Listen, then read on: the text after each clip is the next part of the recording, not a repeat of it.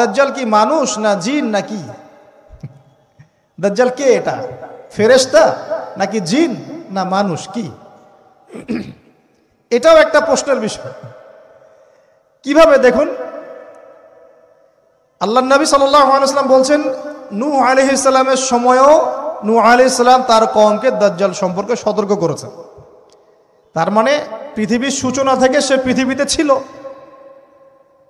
এবং সে বের হবে শেষ জামানায়, এবং বের হয়ে সে তার অনুসারীদেরকে নিয়ে বিশ্বটাকে শাসন করবে। তার মানে অনেক লম্বা একটা হায়াত সে পেয়েছে। কোন জাতি এত লম্বা হায়াত পায় বলেন তো? কোন জাতি মানব জাতিকে এত লম্বা হায়াত পায়? এই একটা মিস্টেরিয়াস ক্যারেক্টার দাজ্জাল। সে কি? তারপরে দেখুন নবী সাল্লাল্লাহু আলাইহি ওয়াসাল্লাম একটা হাদিসের মধ্যে বলেছেন যে তাকে ওই তামিম দারির ওই দ্বীপে বন্দী করে রাখা হয়েছে। আপনারা হাদিসটা জানেন? দ্বীপে বন্দী থাকা অবস্থায় তাকে সাহাবীরা দেখেছেন অনেক বিশাল আকৃতিতে, ঠিক আছে? এবং সাহাবীদেরকে সে প্রশ্ন করছিল, তামিম দারিকে প্রশ্ন করছিল যে বাইসানের খেজুর বাগানে খেজুর কি ধরে? বলে হ্যাঁ ধরে। সে বলছে অচিরেই আর ধরবে না। তারপরে বলছে তাবারিয়া হ্রদে কি পানি আছে? সাহাবীরা বলছেন আছে। বলছে অচিরেই পানি থাকবে না। তোমাদের ওই উম্মি নবীর কি খবর? তখন সাহাবীরা বলছেন যে তিনি মক্কা থেকে মদিনায় হিজরত করে এসেছেন, বদরের যুদ্ধ হয়েছে, বালতির মতো তার অবস্থা, একবার এদিকে পাল্লা ভারী হয় একবার এদিকে পাল্লা ভারী হয়। মানে বদরে জিতেছেন, উহুদে বিপর্যস্ত হয়েছেন। তখন এই ব্যক্তি বলছে যে তোমাদের জন্য উত্তম হবে ওই ব্যক্তির অনুসরণ করা। দাজ্জাল এই কথা বলছে, তোমাদের জন্য উত্তম হবে ওই উম্মি নবীর অনুসরণ করা। তো সাহাবীরা জিজ্ঞাসা করছেন আপনি কে? তো সে বলছে যে আমি হচ্ছি দাজ্জাল। আমাকে অচিরেই এখান থেকে মুক্ত হওয়ার অনুমতি দেয়া হবে, তখন আমি এই পৃথিবীটাকে শাসন করব। তো এখানে সাহাবীরা দেখে আসছেন, যারা দেখে আসছেন তারা পরে ইসলাম কবুল করেছেন। তখন তারা মুসলিম ছিলেন না, খ্রিস্টান ছিলেন। কথা বুঝতে পারছেন? তাহলে এখানে আমরা তাকে একটা বিশাল দেহি দেখলাম, শিকল দিয়ে বন্দী। আবার নবী সাল্লাল্লাহু আলাইহি ওয়াসাল্লাম একদিন মদিনার মধ্যে উমর রাদিয়াল্লাহু আনহুকে নিয়ে হাঁটছেন, সহিহ মুসলিমে আছে। খবর পাওয়া গেল যে মদিনায় একটা যুবক ছেলে আছে, ইহুদি মায়ের সন্তান একটা যুবক ছেলে, যার চুলগুলা কোকড়ানো, চোখটা একটু ফোলা, যার আলামতগুলো দাজ্জালের সাথে মিলে যাচ্ছে। তখন নবী সাল্লাল্লাহু আলাইহি ওয়াসাল্লাম ওমর ইবনুল খাত্তাবকে নিয়ে ওদের বাসায় গেলেন। দেখলেন খেজুর বাগানে সে বসে আছে, মনোযোগ দিন। এবার নবীজি গিয়ে বললেন যে তুমি কি দেখো? সেই ছেলেটা বলছে আমি আরশ দেখি। আরশ বোঝেন? সিংহাসন। কোথায় তোমার আরশ? সেই ছেলে বলছে পানির উপরে। কোথায়? পানির উপরে। নবীজি বলছেন তুমি তো তাহলে শয়তানকে দেখো। নবীজি বলছেন তুমি কি বিশ্বাস করো যে আমি শেষ নবী? সেই ছেলে বলছে আপনি কি বিশ্বাস করেন যে আমি নবী? কি বুঝতে পারছেন কথা আমার? নবীজি বলছেন তুমি কি বিশ্বাস করো যে আমি শেষ নবী? সেই ছেলে বলছে আপনি কি বিশ্বাস করেন যে আমি নবী? উমর রাদিয়াল্লাহু আনহু তরোয়ালের খাপ খোলা সারা। তিনি বললেন যে ইয়া রাসূলুল্লাহ অনুমতি দেন, এর গর্দানটাকে নামাই দিই, বেয়াদব, আপনার সাথে বেয়াদবি করছে। তখন নবী সাল্লাল্লাহু আলাইহি ওয়াসাল্লাম বললেন দাআহু ইয়া ওমর, তাকে ছেড়ে দাও। যদি সে সত্যিকার অর্থেই দাজ্জাল হয়ে থাকে, তুমি ওমর তাকে হত্যা করতে পারবে না। কেন হত্যা করতে পারবেন না? কারণ দাজ্জালের নিহত হওয়া লেখা আছে ঈসা আলাইহিস সালামের হাতে। কার হাতে? ঈসা আলাইহিস সালাম যখন আসবেন, এই প্যালেস্টাইনের বাবে লুদ নামক জায়গায় দাজ্জালকে মারা হবে। ঠিক আছে কথা? তাহলে ওমর তুমি তাকে হত্যা করতে পারবে না। আর যদি সে দাজ্জাল না হয়ে থাকে, নিরপরাধ মানুষকে হত্যা করে কোনো লাভ নাই। এখানে চান্স নেওয়া হলো 50-50। এক হাদিসে আপনি দেখছেন নবীজি বলছেন নূহ আলাইহিস সালাম তার কওমকে দাজ্জাল সম্পর্কে সতর্ক করেছেন। এক হাদিসে নবীজি বলছেন সে বের হলে 40 দিন বিশ্ব শাসন করবে। প্রথম দিন 1 বছর, দ্বিতীয় দিন 1 মাস, তৃতীয় দিন 1 সপ্তাহ, বাকি দিন আমাদের মতো। আরেক হাদিসে নবীজি বলছেন তামিম দারি দেখে এসেছে তাকে কোথায়? দ্বীপে বন্দী অবস্থায়, সে ছাড়া পাবে অচিরেই।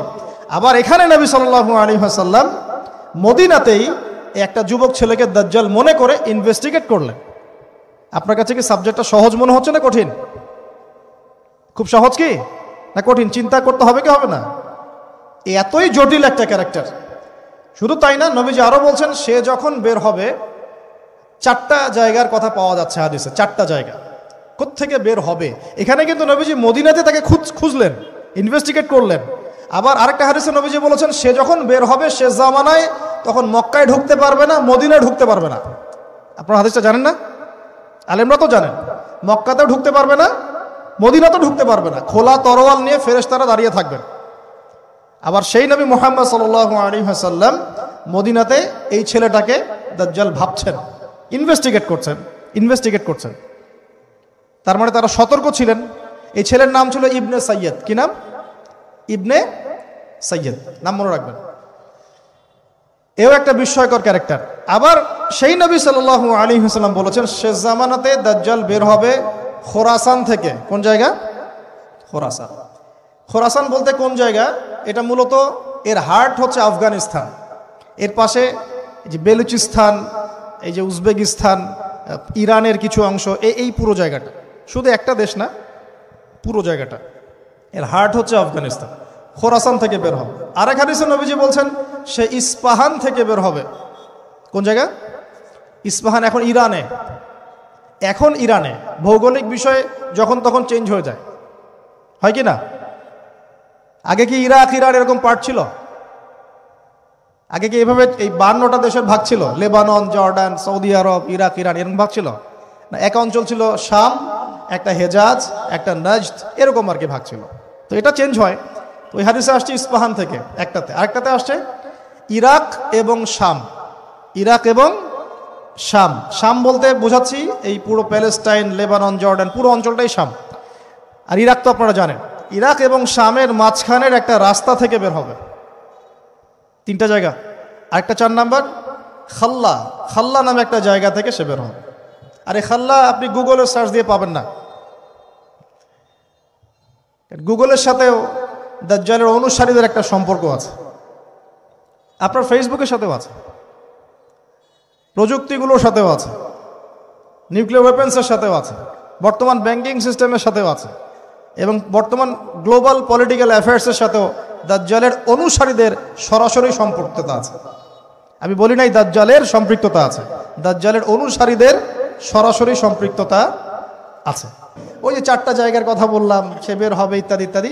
এবার সে মানুষের রূপ ধরে আমাদের সমাজে প্রবেশ করবে এবং তার অনুসারীদেরকে নিয়ে ম্যাসাকার করা শুরু করবে।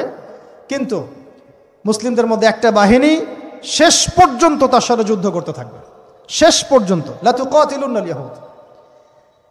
এমনকি গাছের পিছনে ওরা লুকালেও আল্লাহ নবী বলছেন যে গাছ পাথর কথা বলবে আমার পিছনে আছে, এসো মেরে যাও। হতে হতে হতে হতে যখন মুসলিমরা একটু কোণঠাসা, আল্লাহ পাক পাঠাবেন আসমান থেকে ওই মাসিহকে, যে মাসিহকে তারা চিনতে পারে নাই। আর ওরা যাকে মাসিহ মনে করছে, তাহলে এই মাসিহটা কে? এ মিথ্যা মাসিহুদ দাজ্জাল। কথা বুঝতে পারছেন? তাহলে সবচেয়ে বড় প্রতারণার শিকার কারা হচ্ছে? এই ইহুদিরাই। এই বিশ্বের সবচেয়ে বড় প্রতারণার শিকার তারাই হচ্ছে। মাসিহুদ দাজ্জাল ওদেরকেই প্রতারণা করছে। বুঝতে পারেননি কথা? ওদের সাথেই সবচেয়ে বড় প্রতারণা হচ্ছে। ওরা মনে করছে এই সত্যিকারের মাসিহ, সে আসলে আমরা বিশ্ব রুল করব। সে সত্যিকারের মাসিহ নয়। ঈসা ইবনে মারিয়াম আসবেন কিভাবে সেটাও এসেছে। 2 জন ফেরেশতার কাঁধে ভর দিয়ে তিনি নামবেন শাম অর্থাৎ সিরিয়ার দামেস্ক শহরের মধ্যে। কোন শহর? দামেস্ক। এই জায়গাগুলো খুব বরকতময়। আল্লাহ নবী দোয়া করেছেন, আল্লাহ শামে বরকত দাও, আল্লাহ ইয়েমেনে বরকত দাও, আল্লাহ শামে বরকত দাও, আল্লাহ ইয়েমেনে বরকত দাও। আর মুসলমানরা বলছিল, আল্লাহ রসুল আমাদের নজদেও বরকত দিতে বলেন, আমাদের নজদেও বরকত দিতে বলেন। আল্লাহ নবী বলছেন যে নজদে বরকত না, বরং ওখান থেকে ভূমিকম্প বের হবে, ওখান থেকে শয়তানের শিং বের হবে। চিন্তা করে, ওই যে বললাম নাজদিরা তুর্কিদের বিরুদ্ধে যুদ্ধ করেছিল, অটোম্যান এম্পায়ারের বিরুদ্ধে যুদ্ধ করেছে ব্রিটেনের সাথে হাত মিলিয়ে। ওরাই এখন সারা বিশ্ব, বাংলাদেশে এদের লেসপেন্সার আছে বহুত, বাংলাদেশে এদের বহুত লেসপেন্সার আছে। তারা বলে, ওই যে দেখবেন যে যখনই আমরা এগুলো নিয়ে আপনাদেরকে সচেতন করতে চাই, বলে এরা তো খারাজি হয়ে গেছে, উগ্র হয়ে গেছে, এই হয়ে গেছে, সেই হয়ে গেছে। এভাবে করে গভর্নমেন্ট প্রশাসন সবার কাছে আমাদেরকে বিতর্কিত করার চেষ্টা করে। অথচ আমরা কি কারো শত্রু? আমরা কি এই আলোচনাগুলো করে ওয়ার্ল্ডের প্রেক্ষাপট বদলাতে পারবো? পারবো না। কিন্তু আমাদের প্রজন্মকে আমরা জানাতে তো পারবো, যাতে তারা আত্মবিশ্বাসী হয়ে গড়ে ওঠে যে আমরা এই নতজানু মনোভাব নিয়ে পৃথিবী থেকে যাবো না ইনশাআল্লাহ। আমরা পৃথিবী থেকে মাথা উঁচু করেই যাবো ইনশাআল্লাহ। মুসলিমদের হাতেই বিশ্বের বিজয় লেখা আছে। আস্তে আস্তে বিশ্ব ওদিকে যাবে, এটা তো ওদেরকে জানতে হবে। আমরা তো ওদেরকে জানাচ্ছি মাত্র। তো নাশ থেকে বের হবে শয়তানের শিং, এটা বলা হয়েছে। যাই হোক, এখন ঈসা ইবনে মারইয়াম আসবেন এই সিরিয়ার দামেস্ক, চুল দিয়ে টপ টপ করে পানি পড়তে থাকবে, মুক্তা ঝরছে এরকম পানি। তার নিঃশ্বাস যতদূর পর্যন্ত যাবে ততদূর পর্যন্ত কাফেররা মরতে থাকবে। সুবহানাল্লাহ। এমনকি তিনি খুঁজতে খুঁজতে দাজ্জাল পর্যন্ত আসবেন। দেখবেন যে মুসলিমদেরকে অবরুদ্ধ করে রাখা হয়েছে, বলবেন দরজা খুলে দাও, নামাজের ওয়াক্ত হবে, আজান দেওয়া হবে, ফজরের ওয়াক্ত। ভাই আমরা যদি ফজর মিস করি আমরা আসলে ওই বাহিনীতে যোগ দিতে পারবো না, বেঁচে থাকলেও জানি না আমরা অত বছর থাকবো কিনা পৃথিবীতে, আল্লাহই ভালো জানেন, এটা আমরা জানি না। কিন্তু এই বিজয় সুবহে সাদিকের সময় লেখা আছে। আজান হয়ে যাবে, ইমামুল মাহদি তাকে বলবেন ইমামতি করুন আপনি। ঈসা ইবনে মারইয়াম বলবেন না, এই উম্মতের জন্য ইমামতির অধিকার দেয়া হয়েছে। বলেন সুবহানাল্লাহ। তিনি ইমামতি করবেন না, বরং মুক্তাদি হবেন। দরজা খুলে দাও, নামাজ শেষে দরজা খুলে দেওয়া হবে। দাজ্জালকে খুঁজতে খুঁজতে খুঁজতে এই প্যালেস্টাইন, এই জেরুজালেমের বাবে লুদ নামক জায়গায় তিনি পৌঁছাবেন। সেখানে দেখবেন মাসিহুদ দাজ্জাল আছে। দাজ্জাল তাকে দেখার সাথে সাথেই লবণের মতো গলতে শুরু করবেন। সেখানে তিনি তাকে হত্যা করবেন। একজন একজন করে এই সন্ত্রাসী যারা এখন এই নিরীহ মানুষদেরকে হত্যা করছে, এদেরকে হত্যা করা হবে একজন একজন করে, একজনকে ছাড়া হবে না। আমি জন্য বলছি, মন থেকে বলছি, এই যে এক একটা আমাদের বাচ্চা, আমার এক একটা বাচ্চার রক্তের প্রতিশোধ নেওয়া হবে ইনশাআল্লাহ। আমাদের এক একটা বোনের ইজ্জতের প্রতিশোধ নেওয়া হবে ইনশাআল্লাহ। এক একজন ভাইকে যে বুলেট ছোড়া হয়েছে এর প্রতিশোধ নেওয়া হবেই হবে ইনশাআল্লাহ। কে নিবেন? ওই যে বললাম, আপনি পারছেন না, আপনি হয়তো বলছেন, দোয়া করছেন, এতটুকু পর্যন্তই। ইনশাআল্লাহু তাআলা আল মাহদি আর ঈসা ইবনে মারইয়াম সেটা করে দেখাবেন ইনশাআল্লাহ। তারপরে সেখান থেকে তিনি ইসলামী খেলাফা রিস্টোর করবেন। 40 বছর তিনি পুরো বিশ্বকে শাসন করবেন। কত বছর? তখন অবস্থা এত সুখ সমৃদ্ধির হবে, একটা ডালিমের খোসার নিচে একটা পরিবার আশ্রয় নিতে পারবে। একটা ডালিম দেখেছেন কতটুকু? এটা বড় হবে, বড়, এর নিচে আপনি ঢুকতে পারবেন, এত বড় ফল হবে, উর্বর হবে মাটি, সবুজ শ্যামল, বৃষ্টিপাত বেশি হবে, এগুলো হতে থাকবে। এর মাঝখানে আবার ইয়াজুজ মাজুজ বের হবে। ইয়াজুজ মাজুজ বের হওয়ার পরে পৃথিবী ম্যাসাকার করবে। তারা এমনভাবে পৃথিবীতে ম্যাসাকার করবে যে ঈসা আলাইহিস সালাম এবং তার অনুসারীরা তুর পাহাড়ে গিয়ে লুকাবেন, আত্মগোপন করবেন, এবং তাবারিয়া হ্রদের পানি তারা খেয়ে ফেলবে। পরের দল এসে বলবে কোনো এক সময় মনে হয় এখানে পানি ছিল, মানে পানি সব খেয়ে সাবার করে ফেলবে। আপনারা বুঝতে পারছেন? ঈসা আলাইহিস সালাম দোয়া করবেন, আল্লাহ এই আযাব থেকে আমাদেরকে তুমি বাঁচাও।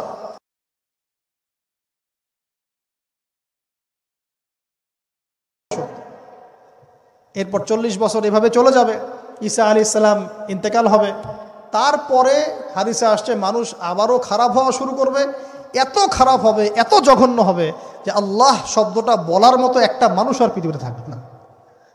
একটা মিষ্টি মৃদু একটা বাতাস আসবে, এই বাতাস মুমিনদের বগলের নিচ দিয়ে প্রবাহিত হবে, এবং যার অন্তরে এক সরিষা দানা পরিমাণ ঈমান আছে ওই বাতাসে তার জান কবজ হয়ে যাবে। বাকি থাকবে সব এই যে গরু ছাগল হাঁস মুরগির মতো মানুষ, গবাদি পশু। আল্লাহ বলার মতো মানুষ নাই, রাস্তা মোড়ে মোড়ে জেনা করবে। এটা আরো অনেক পরের কথা, অনেক পরের কথা। আমরা ওই যুগ দেখতেও চাই না, বাঁচতেও চাই না ওই যুগে, তাই না ভাই? আল্লাহ পাক বলছেন এরপরে, আল্লাহ রাসূল সাল্লাল্লাহু আলাইহি ওয়াসাল্লাম বলছেন এরপরে একদিন সকালে হঠাৎ করে দেখবে কেনা বেচা করতে করতে, কথা বলতে বলতে, পানি পান করতে করতে, খাবার খেতে খেতে এই যে পশ্চিম দিক থেকে সূর্য উঠে গেছে। তার মানে কি ওই দিন কিয়ামত হয়ে যাবে, এবং এটা এত ফাস্ট হবে, এত দ্রুত হবে। আল্লাহ রাসূল সাল্লাল্লাহু আলাইহি ওয়াসাল্লাম বলেছেন যে কেউ বাসায় ফিরে যাবে, আহাল পরিবারের সাথে একটা দেখা করবে, এই সুযোগ পাবে না। একদম ইনস্ট্যান্ট ডেথ ছাড়। একটা বজ্রনীনাদ, প্রচণ্ড মানে শব্দ, এটাতে বিকট একটা শব্দে পুরো মহাবিশ্ব তোলপাড় সৃষ্টি হয়ে যাবে, একদম শেষ। এই হলো সিঙ্গার প্রথম ফুক, শেষ, সব ডেট। এই যে আমাদের এত বাহাদুরি, এত কিছু সব শেষ, মানে পৃথিবী আস্তে আস্তে ওর শেষের দিকে যাচ্ছে। এগুলো ভাই বিশ্বাস করেন, পৃথিবীর সমস্ত সংগঠন, জালেম, কাফের, ফাসেক, মুশরিক, মুনাফিক যা আছে পৃথিবীতে একত্রিত হয়েও এই সত্যটাকে কেউ টলাতে পারবে না। আমরা সারা মুসলমানরা মিলেও যদি এই সত্যটাকে টলাতে চাই, পারবো না। মানে আস্তে আস্তে আলটিমেট গোল এটাই পৃথিবীর। এরপরে কিয়ামত, তারপরে তো আপনারা জানেন কি হচ্ছে, ফামান ইয়ামাল মিসকালা যাররাতিন খায়রান ইয়ারাহ এক চুল পরিমাণ যদি ভালো কাজ কেউ করে থাকে তাকে সেটা দেখানো হবে। ওয়া ইয়ামাল মিসকালা যাররাতিন শাররান ইয়ারা, এক চুল পরিমাণ খারাপ কাজ আমরা কেউ করে থাকলে দেখানো হবে।